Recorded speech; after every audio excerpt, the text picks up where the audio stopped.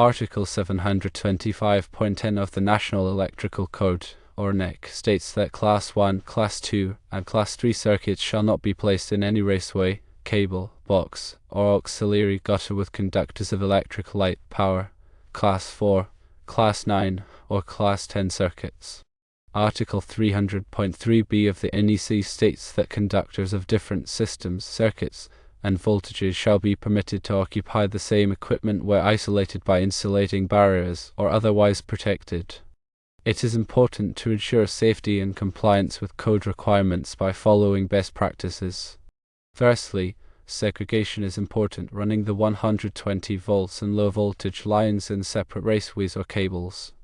Ideally, the raceway should be physically separated by at least 6 inches. Secondly, if separation is not possible, the wires should be encased in liquid-tight conduit for protection against damage, moisture, and electrical interference. Thirdly, clearly mark the raceways or cables containing the different voltages to prevent accidental contact or errors.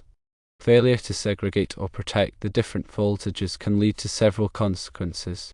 Those consequences can include electrical shock or electrocution, interference between circuits, damage to equipment or wiring, and code violations and potential fines.